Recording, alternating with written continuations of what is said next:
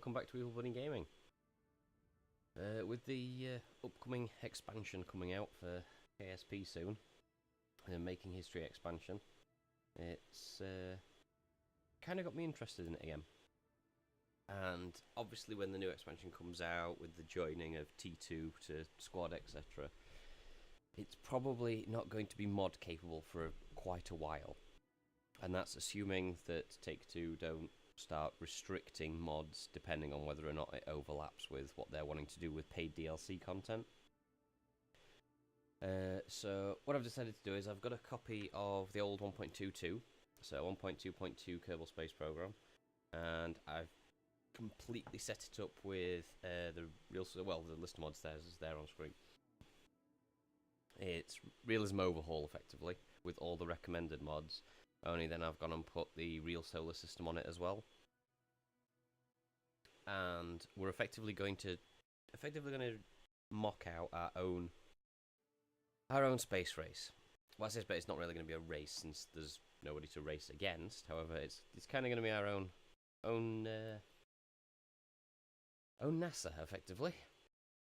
Started a brand new career mode, so there's nothing unlocked. The one thing I have done is I've put on a mod called Unmanned Before Manned. Mainly because I've done Realism Overhaul before, but I've never actually done it with real solar system. And what real solar system does is it changes all of the physics calculations in the game, so that the atmospheres of all the planets change. It's no longer Kerbin. There is no Kerbin, Mun, Minmus. It is literally our real solar system.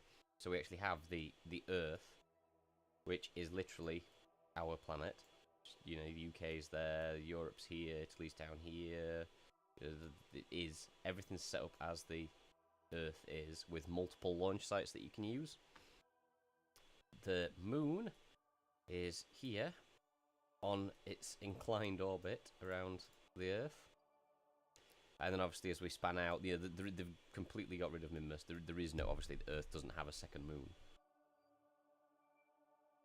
And then when you get out towards here, so this is us, the Earth, then got Venus and Mercury on the inside of us, and then obviously Mars, Jupiter, Saturn, Uranus, Neptune, and Pluto. Now, obviously, I know Pluto is not classified as a planet anymore. It was declassified.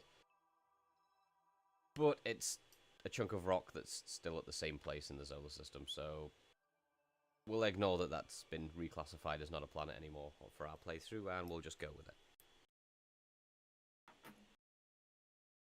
So, as far as building things go, so I have no idea, since I've never actually played real solar system before, I actually don't know, and I know I've vaguely heard of the atmospheric heights of the Earth before, and orbital speeds, etc.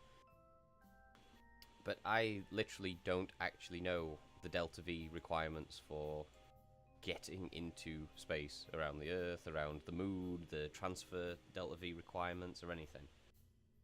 That's one of the reasons I put in Unmanned Before Manned. Because, excuse me, you have to bear with me, I'm slightly ill at the moment as well, so I'm sounding rather stuffed up.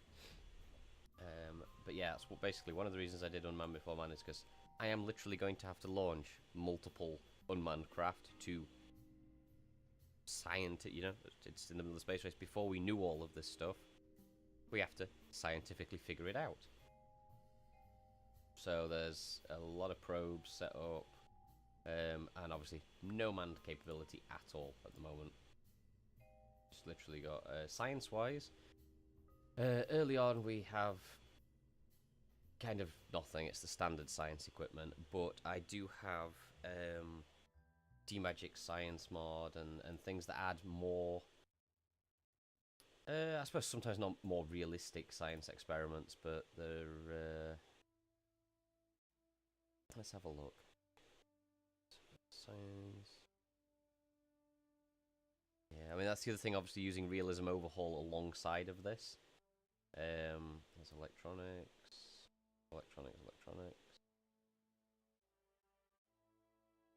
Science should be around here somewhere, I believe.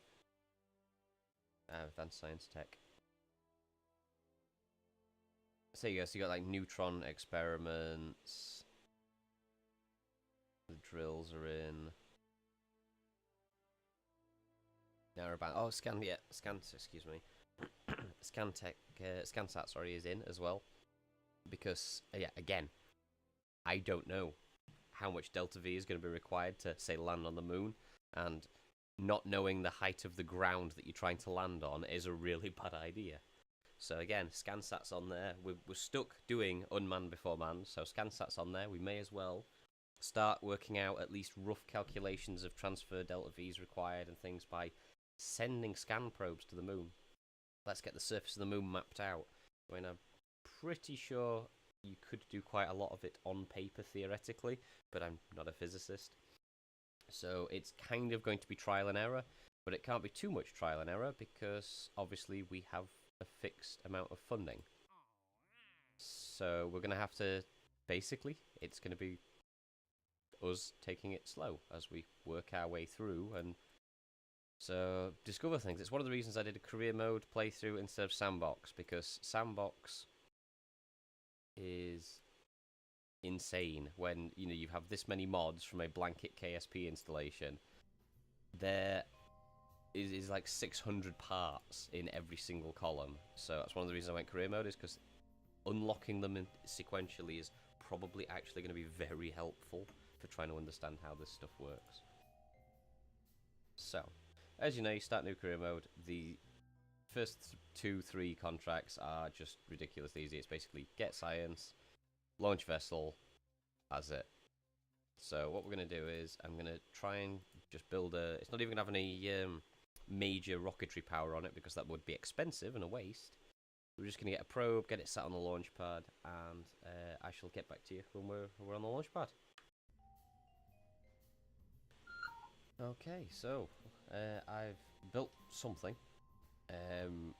We've got no, obviously, SAS control or anything like that. It is literally just, ironically, it's a probe strapped to a solid rocket booster.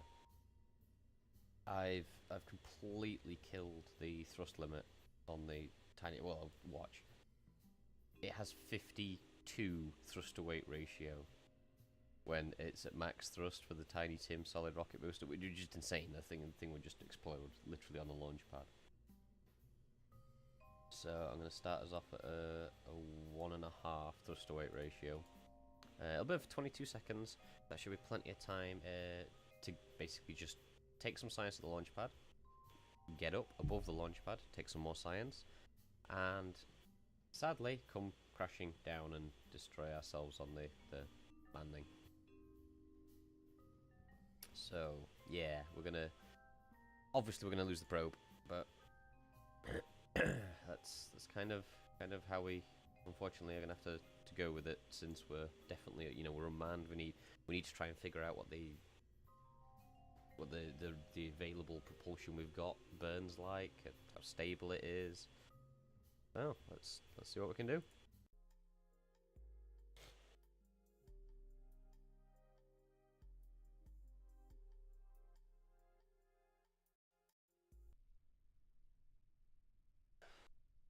Apologies that it's on the dark side. That's interesting. Apparently I've done some world firsts by...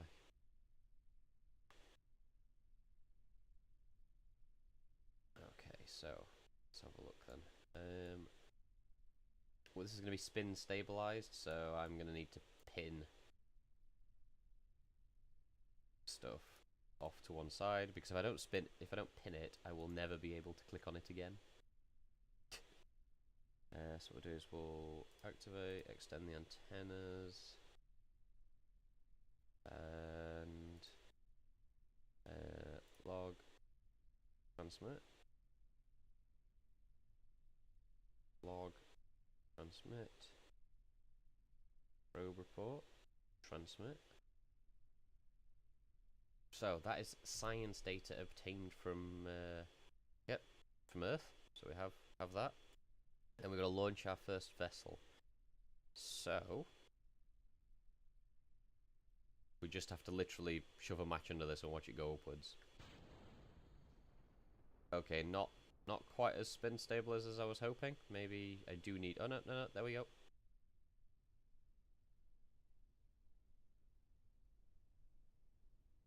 Let's log the temperature again. Let's transmit it. Pressure again. Transmit it. Probe report. Transmit. That's it. So the solid rocket booster's now run out. Wow, did it get spin stabilized? You can imagine trying to click on the temperature and things if I hadn't pinned them. I mean, look at the arrows. Ding, ding, ding, ding, ding, ding. Yes, okay, so far then. Feels about... The whole thing cost... I can't remember what it cost now. It was about 1,800, I think.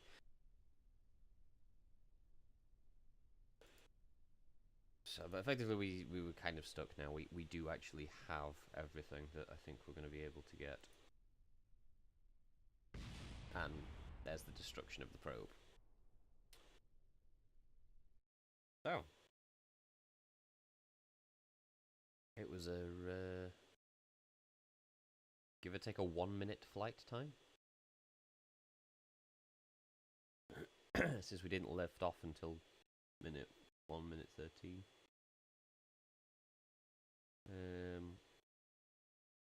Speeds are kind of irrelevant at this pause. G's is going to be worth taking a note of for later, because otherwise you'll kill your Kerbals just with the G-force. Shame I can't really call them humans, because unfortunately the real solar system doesn't actually replace the species you're launching. So, right, so what we do now is we go back to the space station.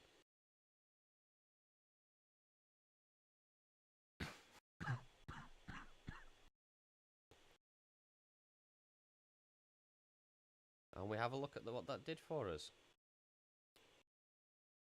So, gathering scientific data, check. We completed that contract. Did some world first milestones.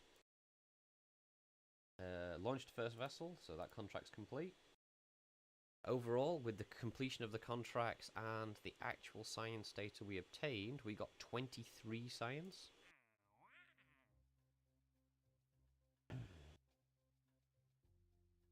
Now, we have nowhere near enough control yet to be able to do any of these focused ones. So we can just ignore those. These, however, testing at the launch site. That would be a good 2, I think, to do next. Splashdown, again, we've got no parachutes, so nothing's going to be splashing down at all for a while. So I think what we're going to do... I'm just going to accept them straight up now because they last for days. So, but it says cast 2. Oh, what I am going to do is I'm going to make sure we have these parts. There is a drawback, and that's sometimes you are offered test things for parts you don't actually own yet. So it's the test star 4. So it's the star 488 and the Castor 2.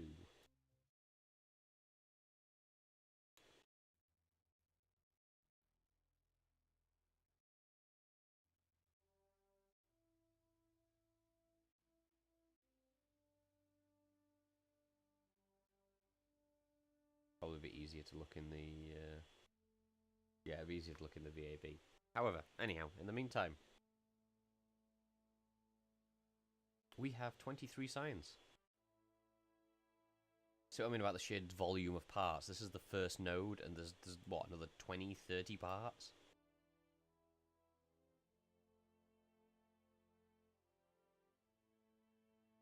So what's engineering give us? Top boosters, booster decouplers. Oh, probe. Oh, it's the Pioneer probe range. Okay. With some of these, are these cheap? No, these are more expensive than the probes that we already have. Ah, but it does give us satellite bodies. Well, either way, we're stuck. We've got enough science to unlock both, so may as well just have them. We need the structural parts yet. That could be good for the satellite launchers. Yeah, let's take that. Take that. Leaves us with 6 science. Survivability is definitely what we want. Kind of as soon as possible, really, because at the moment we are literally throwing money away every launch. Nothing will survive. Any launch, everything dies, because there is no way to bring it down safely. We don't have multiple ignition engines, so once you light it to go up, you can't turn it off again, otherwise you'll never start it. Stability-wise, these are all wings, I believe. Wings, turbojet engines. I suppose I might be able to get away with RCS, but doubtfully. Yeah, doubtful on Earth. I don't think RCS will ever provide enough thrust to slow down a probe on Earth. So I say I'm gonna keep the remaining 6 science, save up for survivability, and then we can start recovering some probes in the Earth launchers. Yeah, so we'll leave that for now. We'll have a look at these other 2 contracts. So we're looking for the Star 48B. Is that 48B or 48A? The 48B. And the Caster 2. So the Star 48B and the Caster 2 need testing. So, engines. Looking for the Star 48B and the Caster 2. So they can both be tested. So let's just dump the whole of that. It doesn't matter. We've got new things now. So I do have both of those rocket parts. Right. So I'm going to throw something together that is literally just explicitly a test rig for those 2 rockets. We shall go back and pick up those 2 test contracts. I'll deploy a test rig on the launch pad. So again, which is kind of a little bit more realistic, because not every launch involves firing something upwards. These will be anchored engines that are undergoing a burn test. And that is effectively what we shall be doing. So I shall get back to you as soon as we're ready to do the test. I'm not going to, for stuff like this, I will not be recording all of these static, non-launchable tests. It's mainly just the fact that I kind of just want to demo it once, that these kind of tests were done, where you wouldn't actually launch anything. So we're going to be using the launch clamps and creating a structure holding the engines in place while they are burnt test. So I shall be back with you as soon as that is ready. Okay, so I'm back, and this is effectively what we have. Now, yeah, I granted it looks a bit bizarre.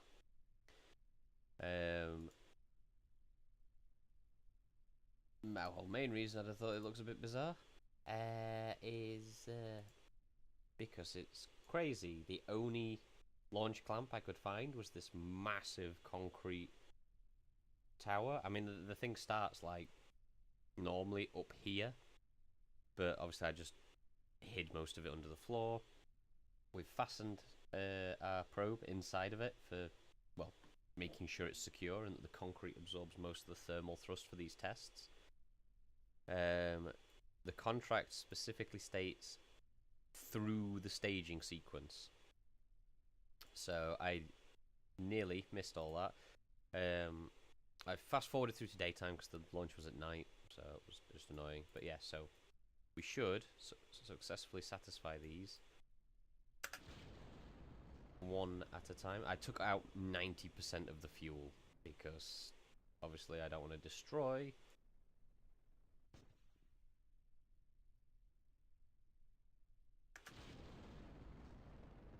so they have very short burn times. They don't get anywhere near their maximum engine temperature by being fastened down. We still have a mountain of electric charge. And then I've got 2 new experiments, which I can transmit. Actually, to be honest, I can. If there was a difference at this point, since I'm not going to launch this, I'm going to recover it, I could just keep them. which I think actually I'm just going to do because there's no point transmitting it. And then the close proximity to the craft scrambles the magnemeter's sensors. Fair enough. Keep that. It took ages to line that up so that it came out underneath that gap because I didn't want on a real playthrough just to have stuff clipping through concrete and steel. I mean, it would just be ridiculous. Now I'll toggle that back in. Okay. We'll do one, but I don't suppose it'll give us any more science. No, it won't, so we'll keep it anyway. Alright, that's it. She'll recover the vessel. We should get most of the money back from that as well now, so that not only do we complete 2 contracts, but we also gain any monetary... Well, it's not any. Obviously, we'll have to pay for the fuel. So we've got 7.5 science. We're 1 short, if you can believe that. 1 short of being able to get survivability. Typical. We recovered 4,544. I'll show you the cost of the ship and that static probe in a second for that test. It was... So we got back 4,544. And the cost to launch it was 4,549. We spent 5 of the currency. That's it. Oh, and if you did want to see how ridiculous this thing is, it's a huge, huge concrete pillar. Ridiculous. But there is no other structures yet that we've unlocked that you can actually mount. There's no other clamps at all. You've just got girder segments. And even the umbilical tower, look. It's huge. Because they're the Titan. So therefore, the largest rockets possible, which I think is an 8.5 meter diameter rocket. So yes, so that's, yeah, whatever, save and continue. So that will now completed 2 more contracts for us. Actually, if these gave us science... Oh, that gave us a science. And that gave us a science. So we're on 15.2 science. Yeah, that's pretty cool.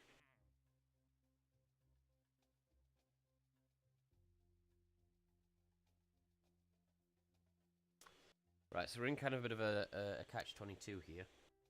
In that, obviously, as you can see, all of these are splashed down or escape trajectory. Well, escape trajectories you can forget. Kind of need to know where these points are, because if there's one of these points directly above, we might be able to do it. I think what we're going to have to do is, we'll probably end up going for the splashdown ones next. But unfortunately, we're going to have to sacrifice some funds because those 2 new science experiments I got, I'm going to have to launch them on a destructible stage. So I need the cheapest probe. Okay, the Vanguard one. Yeah, that'll do. There it is. It's a tiny little probe.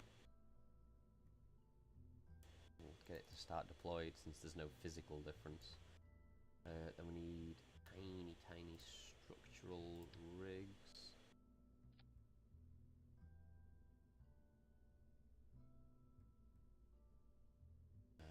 Possibly not that big actually. Maybe just in a eclipse, something like that.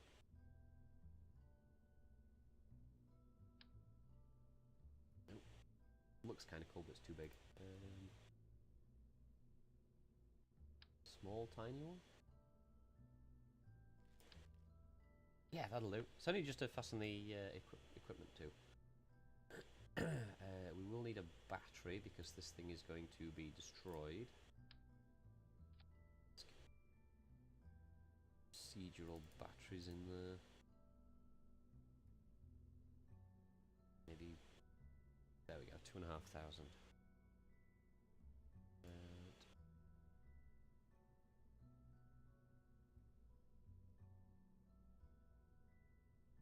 220. I'm looking for something slightly smaller. Set by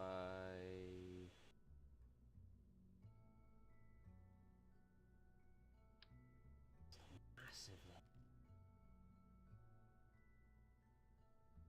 Oh yes, we're best with the Tiny Tim. You know.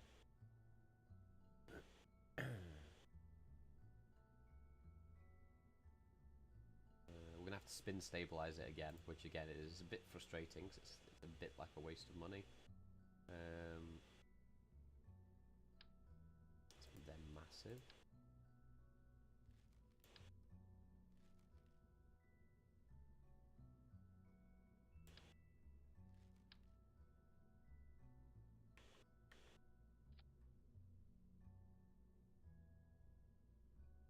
Spin stabilize it again. Science, obviously we're trying to get science, so let's not launch this and forget to put the damn science missions on it. They're rather awkward.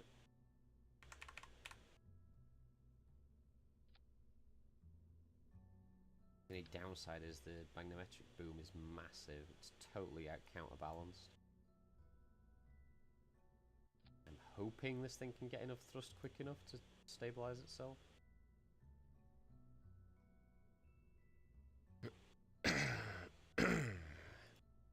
It's interesting, it still thinks there's no Delta B. Which is a bit confusing. Oh, that's why. Yep, that makes sense. There is no Delta B. There we go. That thruster weight's ridiculous. And its torque is insane because of that stupid magnemetric thing, so... Damn it.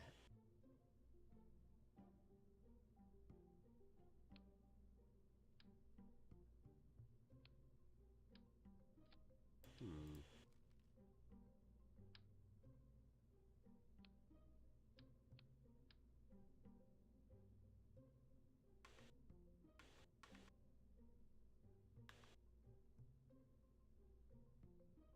not quite sure how they work.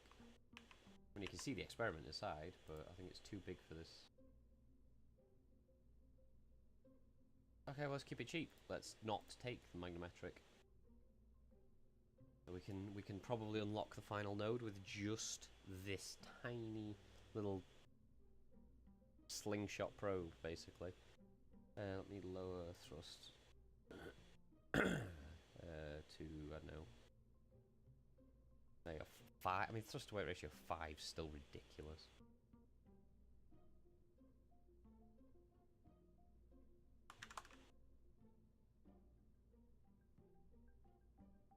Right, let's launch this. I mean, we need 0.8 science, that's it, so... Since this thing's going to get destroyed, there's no point putting anything on it that we don't really need to. That's interesting, because since that looks like it's just sunk into concrete, but we'll ignore that. It's been stabilized again, so what we're going to do is... I think we've already got the data from here. Yeah, I'll transmit that, why not?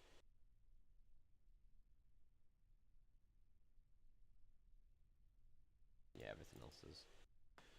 Okay, so we're just gonna launch, and what I will do is I'll add this anyway, just in case.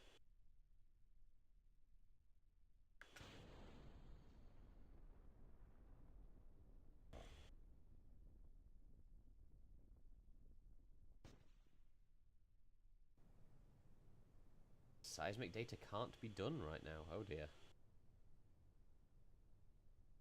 Holy hell, that's unstable.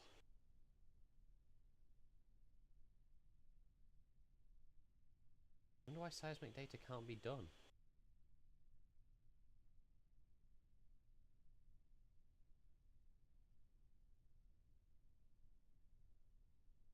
Oh, is seismic only touching the floor?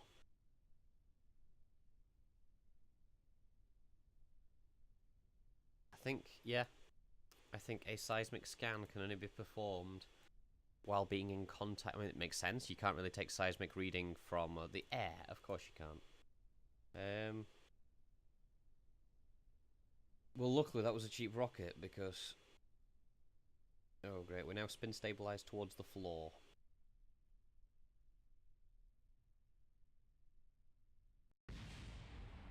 And crash.